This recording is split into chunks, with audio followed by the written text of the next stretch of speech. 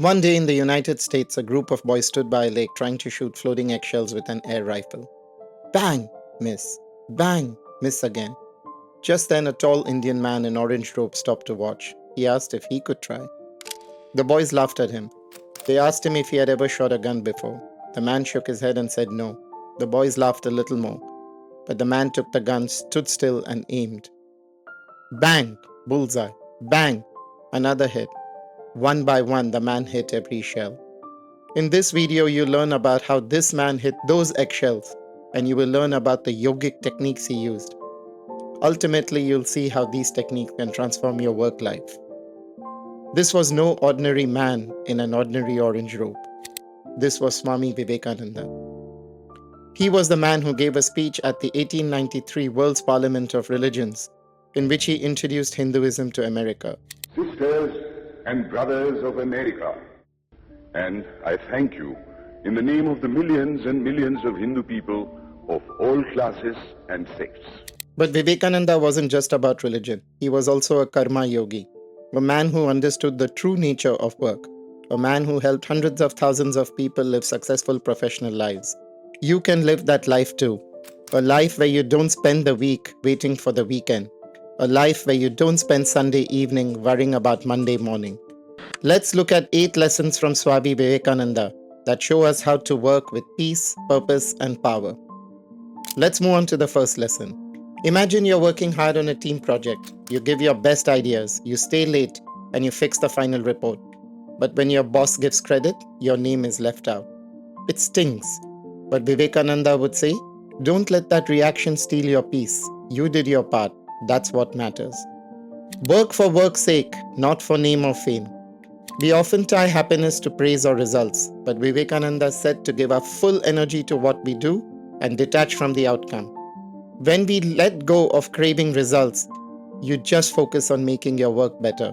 You don't waste your energy about who will get credit for what and wondering about things like, oh, will I be rewarded? When you work with your mind focused just on the work, you become better at your job. This way, your work becomes a source of strength and not a cause for stress. And then one day, you'll become so good that they just won't be able to ignore you. So the first lesson is, do the work, forget the reward. Now let's move on to the second lesson. Vivekananda once spoke about a businessman who was honest, spiritual, and successful, but surrounded by greed and corruption. Someone asked, shouldn't he leave all that and go and live someplace quietly? Vivekananda said, the lotus lives in water but is never touched by it. He said that man was a karma yogi, doing his duties while staying clean inside. Even today, when you're in a noisy office, a messy meeting, or a toxic Teams or Slack group chat, remember, you don't have to absorb the chaos around you. Stay rooted, do your work, keep your inner peace. So, the second lesson is, be like a lotus, be a part of the world, but not of it. Now, let's move on to the third incredibly powerful lesson. Every year, I make a donation to the Humane League. It's an organization that helps animals. So yeah, I like animals and I like to think I'm helping them. But a few months ago, I was near a lake. A wasp stung me. My heart swelled with anger. Goddamn wasp, I thought. I give all this money to help you, and this is how you repay me? We see this at work too. You help a colleague, you donate to a cause, but later no one thanks you, and you feel bitter. Vivekananda would smile and say, no one depends on you. Not one soul is helped by your charity. When you do something nice for someone, you only help yourself. These words sound harsh, but they are freeing. Vivekananda taught, you are not the giver, you're just the instrument. The act of helping someone polishes your soul. And it's true. Think about it. When you help someone, you feel good. A powerful light bulb goes inside you. It illuminates your entire being. And you realize the only person you're really helping is yourself. So help while you can. Help a colleague with a report. Mentor a younger employee. And when you're done, walk away free. The real gift is who you become through selfless action, not what they become. So the third lesson is you are not the doer. Now, let's move on to the next lesson with a beautiful story. A student once asked Vivekananda, "How do I build strength of character?" Vivekananda said, "Start with your smallest actions. Every ripple leaves a mark. This is samskara." And these small things matter. How you speak to a waiter, how you show up for every meeting on time, how you hold yourself when no one is watching, how you put a comma in a sentence even though it isn't necessary, how you spell check something thoroughly before you send it to someone. Each act leaves a subtle impression. Over time, these impressions shape your habits and your destiny. So, if you want to be brave, calm, kind at work, the kind of person that people look up to, you can begin by practicing it in the little things every day. So, remember lesson 4: every action shapes your soul.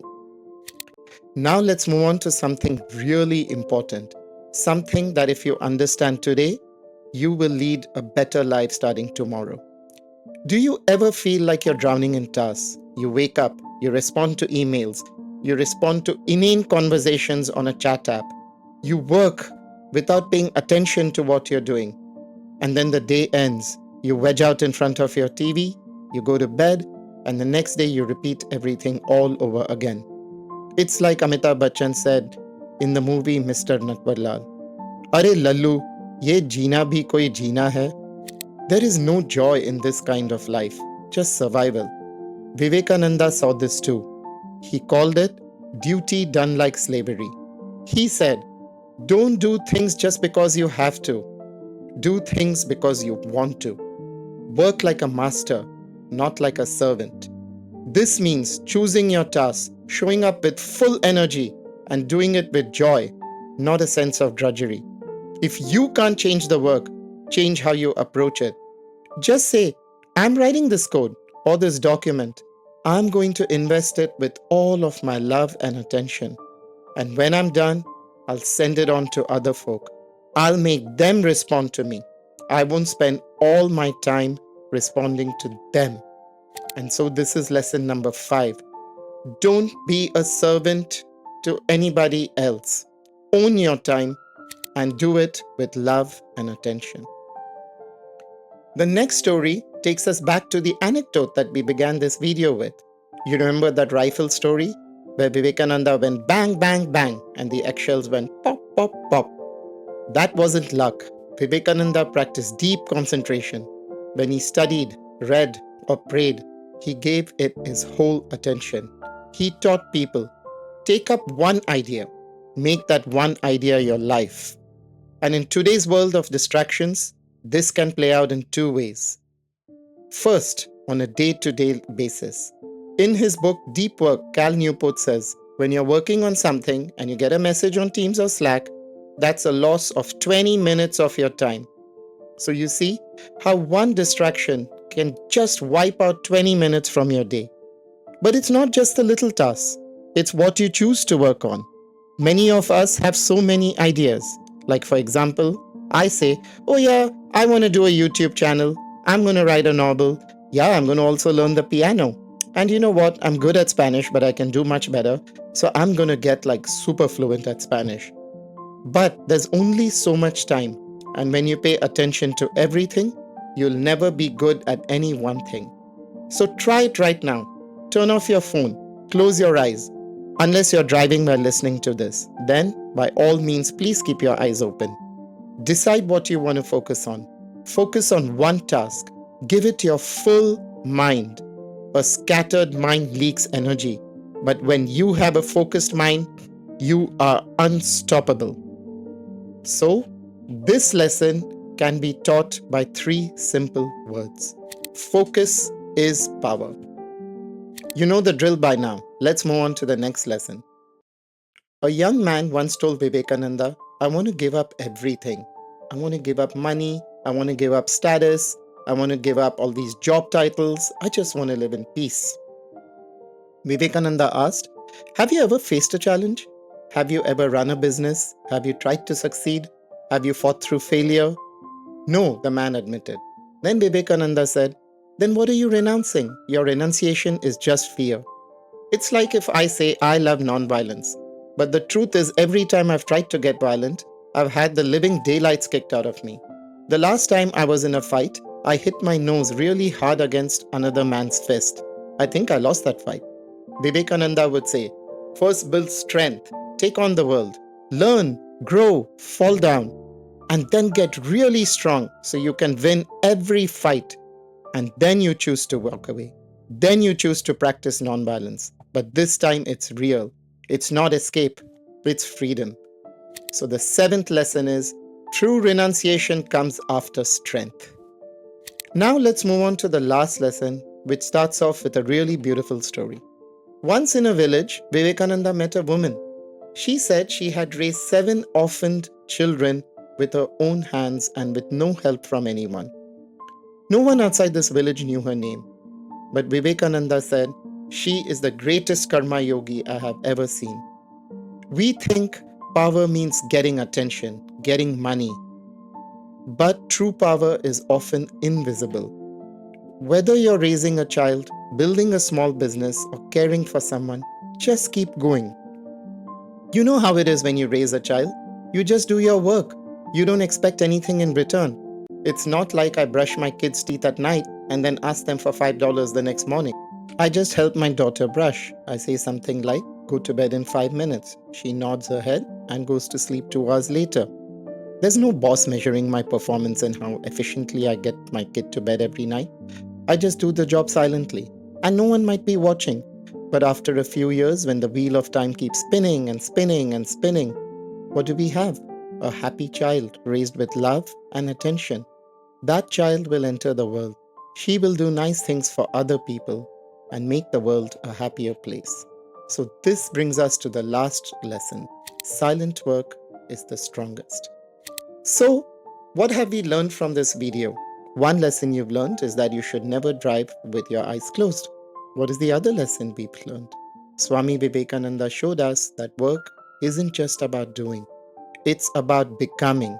He said, arise, awake, and stop not till the goal is reached. Not the goal of success, but the goal of inner peace, of detachment, of joy. So wherever you are, at your desk, on the road, in joy or struggle, do what you must with focus, humility, and love. That is karma yoga. That is real power. So don't worry about what level you are at in your job, because when you work with focus, when you worry just about the work, when you become better and better at what you do, you will stop becoming an employee. You will become a master of yourself. You will become a boss. I hope you enjoyed this video. Please consider subscribing for this channel, as I'm going to be posting many videos with wisdom and history from ancient India. For instance, you can already see videos on how Emperor Ashoka spread Buddhism around the world and how his techniques can help you become a better communicator. I hope you have a great week. Enjoy the next 7 days that lie ahead. Bye.